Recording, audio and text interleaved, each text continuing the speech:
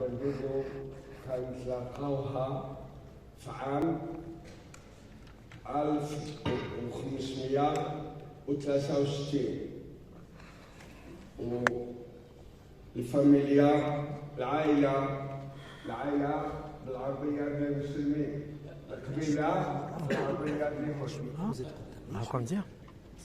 وسيد الدريش وصحابي من الجمعة عليا نذكر صاحبي لو غران سافان موري عمار.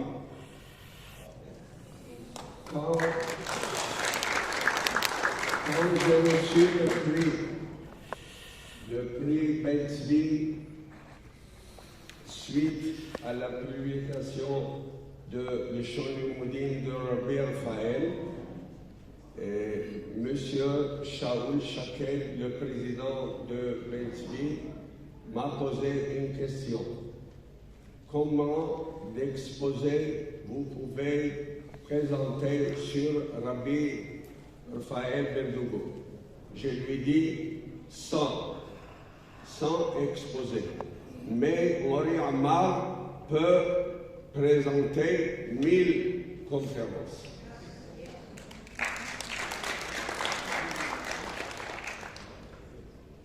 Je m'excuse de parler lentement. Je souffre des maux de tête. C'est amélioré un peu, mais pas assez. De nombreux articles et études ont été rédigés au cours des dernières années sur Rabbi Raphaël Berdugo, dont nous célébrons cette année le bicentenaire de son décès. Il est sans aucun doute l'un des plus grands maîtres du judaïsme marocain depuis l'expulsion des Juifs d'Espagne. Beaucoup de rabbins ont rédigé des œuvres halachiques, des recueils de discours prononcés le Shabbat et le jour de fête ou à l'occasion d'événements particuliers comme par exemple lors d'oraisons funèbres. D'autres ont écrit des poésies, le plus célèbre étant rabbin David Hassin, grand érudit et poète reconnu originaire de Meknès. Plusieurs ouvrages rédigés par les rabbins du Maroc ont été publiés. La plupart le furent en dehors du Maroc. De nombreux manuscrits demeurent non publiés à ce jour. Certains sont perdus à tout jamais car ils n'ont pas été conservés.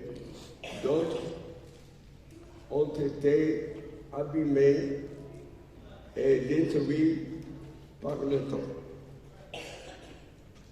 La majorité des livres ont été édités plusieurs années après le décès de leur auteur. C'est le cas également du Rabbi Raphaël, dont tous les livres ont été publiés après son décès. Rabbi Raphaël était une personnalité particulière, différente des autres rabbins du Maroc.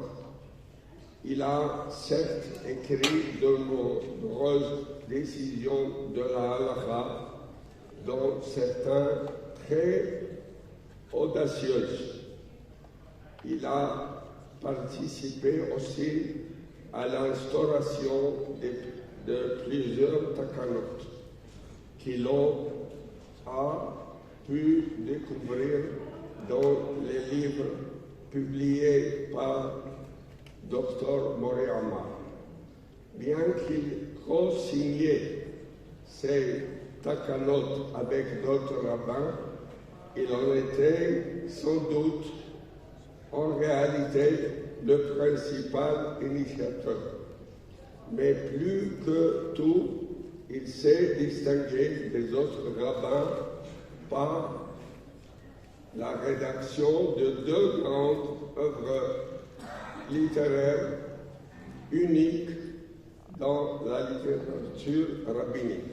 Il n'y a pas un seul rabbin qui ressemble sur ce dernier sujet comme Rabbi Raphaël.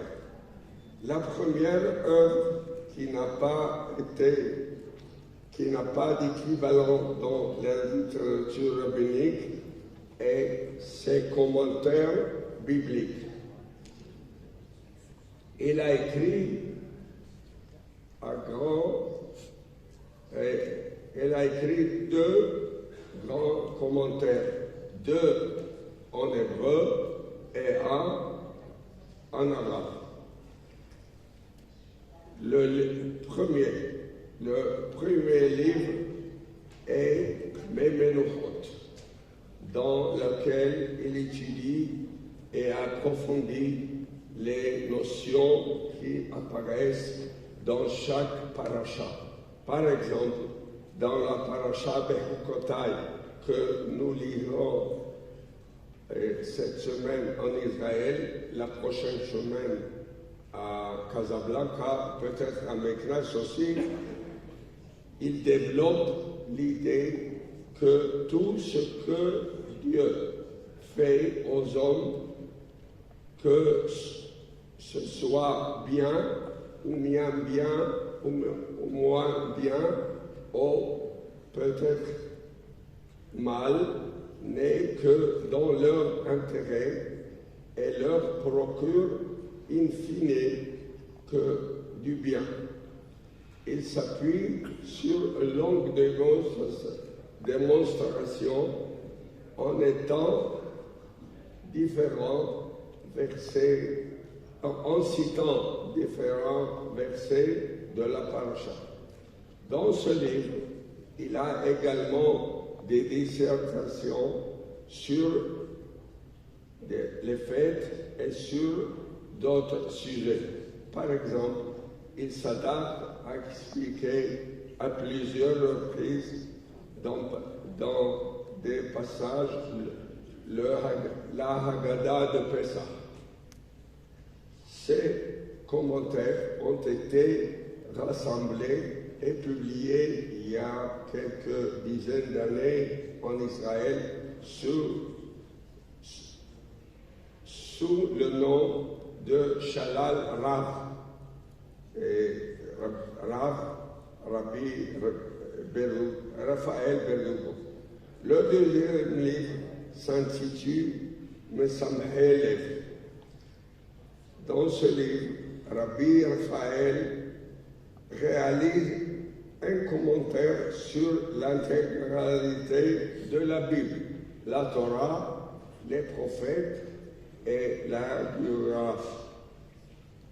Dans son introduction, il insiste sur le fait que son commentaire se limitera à l'explication du sens littéral du texte, le pshat, sauf pour Shir HaShirim, le cantique des cantiques, qu'il explique comme étant une allégorie. Avec son livre Mesamhe Lev, Rabbi Raphaël devance le critique biblique et ses auteurs de nombreuses années. Il ose expliciter des questions audacieuses que peut se poser le lecteur. Par exemple, il demande comment le prophète Isaïe peut décrire la destruction du temple et de Jérusalem, alors qu'à son époque, Jérusalem était florissante et prospère. À titre personnel, je trouve ces questions parfois meilleures que les réponses qu'il apporte. Et il a causé des rigoles par moi quand il donne des réponses. Mais les questions sont formidables, très audacieuses. Il a plusieurs commentaires non moteurs que personne avant lui n'avait écrit. Par exemple, plusieurs reprises dans la Bible, les mots « elle » et Elohim sont employés non pas pour décrire Dieu, mais font référence à une notion de force et puissance.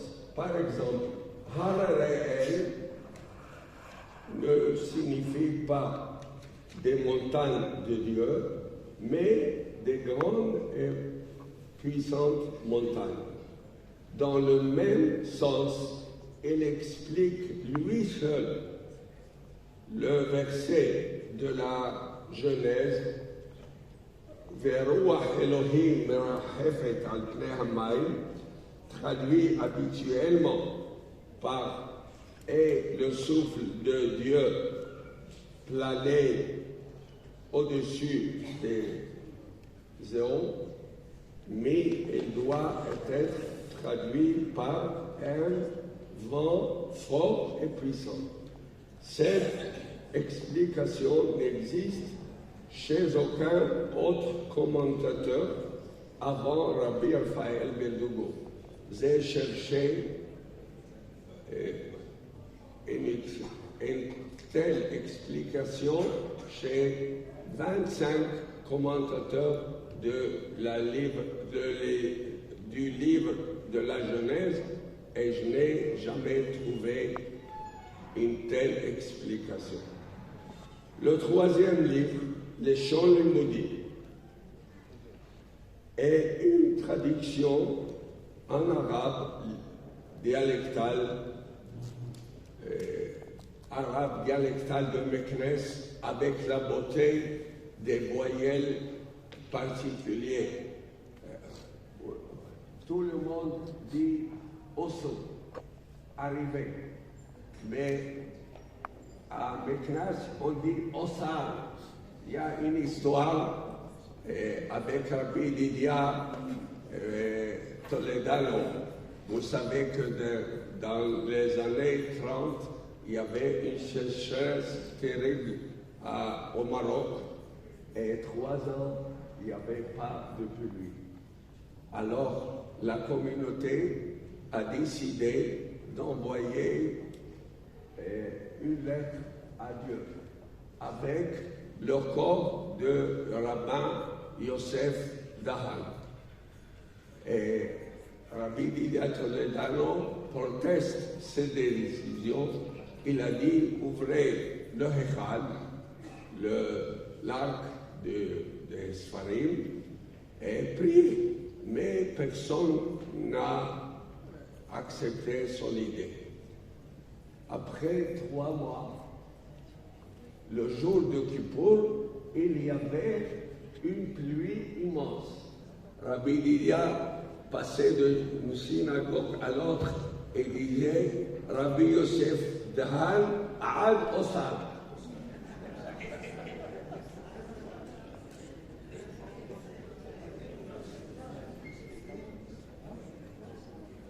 Le livre Le Shon Limudi est une traduction en arabe du texte de la Bible. Dans chaque chapitre, il traduit en arabe maghrébin plusieurs mots, expressions. Parfois, des versets entiers. C'est le cas notamment pour le livre de Job, dont le texte est particulièrement difficile à comprendre, où il traduit en arabe plusieurs versets entiers. Avec ce livre, le Shalom, Rabbi Raphaël se révèle comme grand maître. Il donne aux enseignants de Talmud Torah un outil pédagogique nécessaire pour expliquer et traduire à leurs élèves les mots et les expressions compliquées, afin qu'ils comprennent ce qu'ils disent. Par ailleurs, cela a permis aux adultes également qui étudiaient de temps en temps, qui ne comprennent pas les mots, de pouvoir s'aider de ce livre pour comprendre la Bible qu'ils lisent. Quel autre grand rabbin que Rabbi Raphaël s'est-il plongé à la fois dans l'étude de la halakha et dans l'étude du terme de la Bible comme il l'a fait? Personne ne le ressemble dans le monde entier, presque. Il est important de préciser que si ces deux premiers commentaires, Menuchot et Samhelev, étaient destinés à un cercle restreint d'érudits, de rabbins et d'autres personnes investies dans l'étude, son livre, le Shalom, était destiné à un plus grand nombre de personnes, aux professeurs des Talmud et Torah pour les accompagner dans leur enseignement, ainsi que les adultes souhaitant comprendre le texte hébreu qu'ils lisent.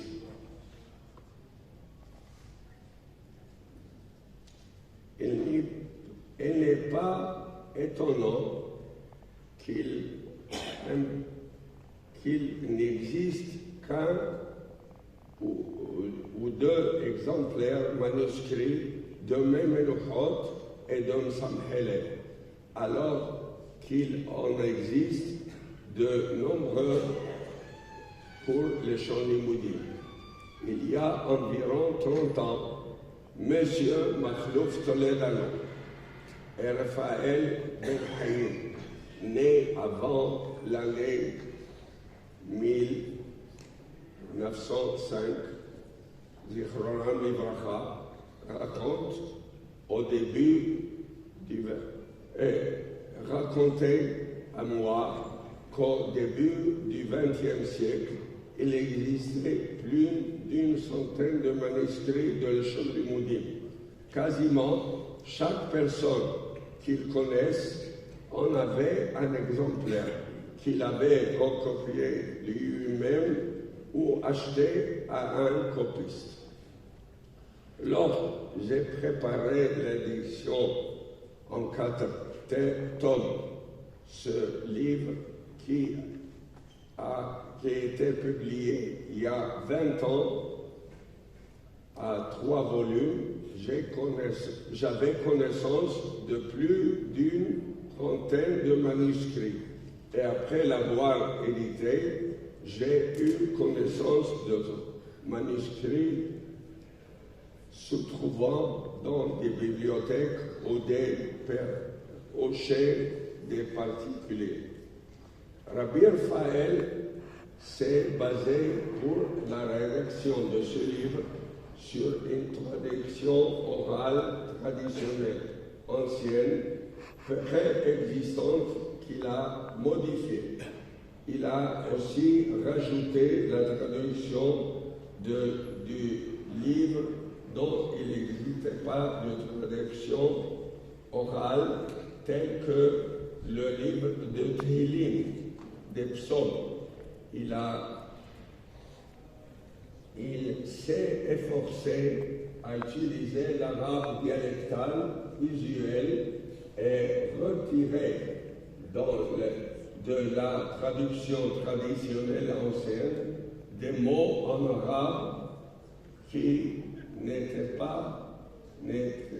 plus utilisés. Par exemple, le mot khen qui existait au Maroc au XVe siècle pour signifier un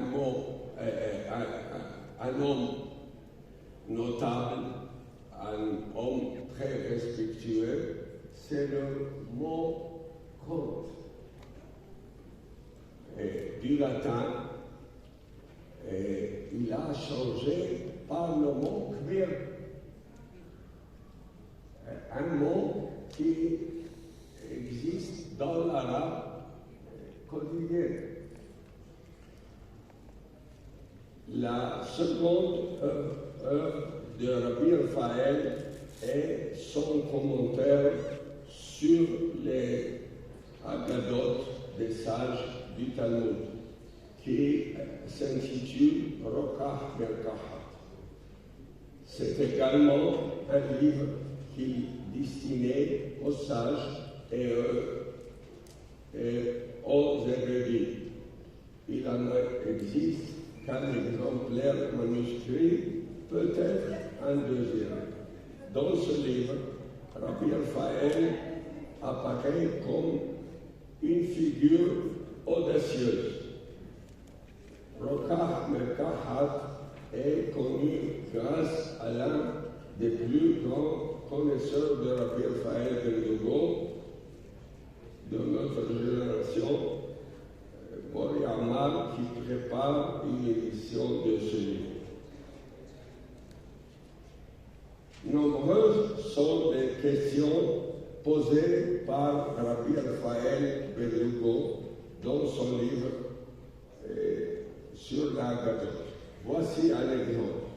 Le Talmud enseigne que celui qui récite le psaume 145 3 fois par jour est assuré aux accès du monde futur, Olam Haba. Le Talmud n'emploie pas le terme psaume 145, mais Tehillah le David, chant de David, premier mot de ce psaume que nous avons l'habitude de lire avec le passage Ashrei Yoshvei Betecha. Heureux ceux qui habitent dans ta demeure.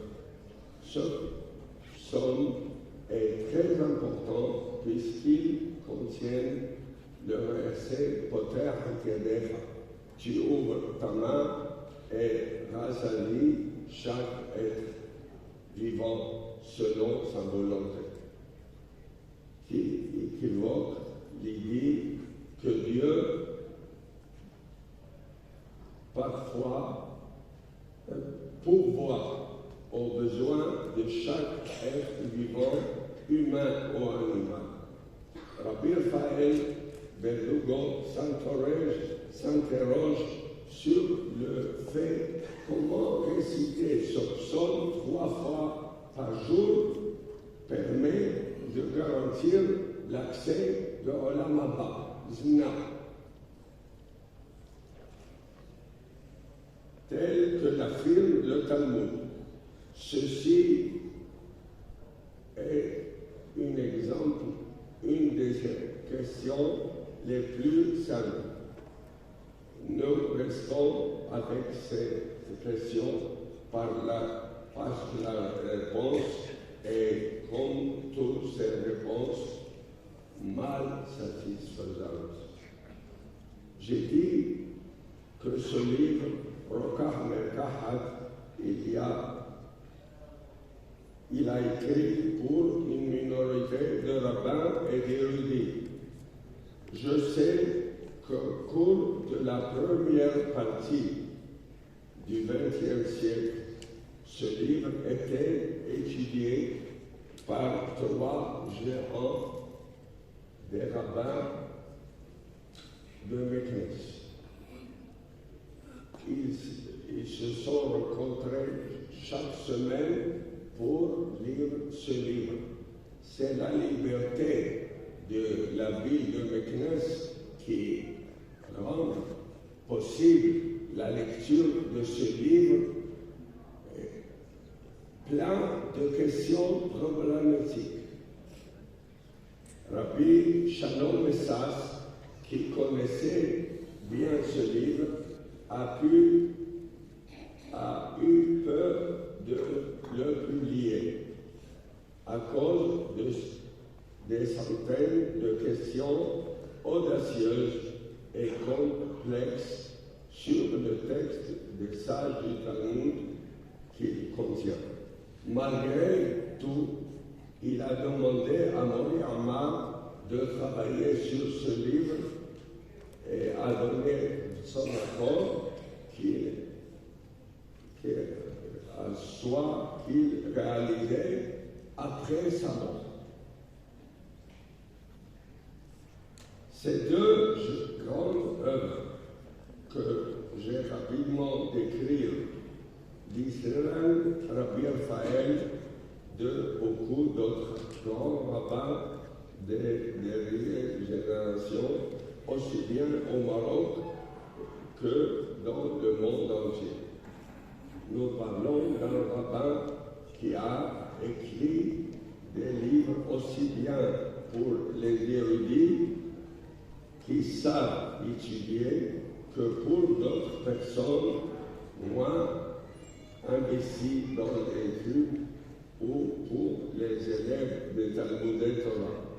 Ainsi, il a pensé à tous les niveaux d'études. Il a pensé et écrit des livres pour tous les niveaux d'études. Je finirai par mes propos en faisant remarquer le fait que l'œuvre et les livres écrits par Rabbi Raphaël n'intéressent pas que le monde religieux des rabbins et des yeshivot, mais aussi que des dizaines d'articles sont également été écrits par des chercheurs et universitaires en Israël et dans le monde entier. En effet, des thèses sur ces commentaires et sur la Bible ont été écrites dans le cadre de master et de doctorat. D'autres viendront très probablement après la publication de son livre Rokach Nekach. Cette année, à l'occasion de son décès, le soir de Rosh Hashanah, s'est tenue une soirée d'études à la résidence du président de l'État d'Israël en présence du président Yitzhak Herzog. Y ont participé Rabbi Shlomo Moshe Amar, grand rabbin de Jérusalem, et le Dayan, juge rabbinique, Rabbi David Verdugo, descendant direct de Rabbi Raphaël, et M. Serge Verdugo. Le président a également tenu des propos très importants. Ce colloque et cette hiloula organisée par mon cher ami M. Serge Verdugo est un grand événement digne de louange, que Dieu donne une grande force à M. Verdugo qui s'est occupé de la restauration du site des cimetières de la ville et que soit pour lui un grand mérite que nous puissions parler de Rabbi Raphaël Verdugo à cette occasion. C'est un grand honneur pour Serge Verdugo de perpétuer la mémoire de Rabbi Raphaël Verdugo et des grands rabbins de Meknès. Et comme me l'a dit Hamim Rejim, Mbarak Millah ou Malah.